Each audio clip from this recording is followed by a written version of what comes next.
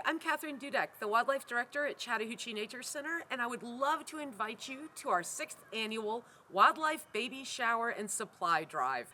This year it will be on Sunday, February 23rd from 12 to 4.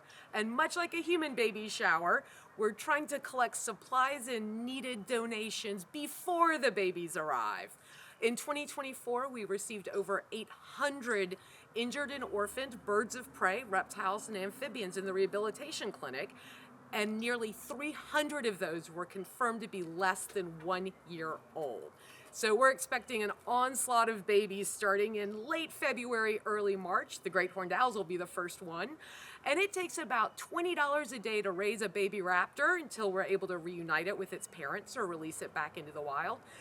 And you'd think reptiles wouldn't cost too much, but they're $5 to $10 a day, each of those little guys with us.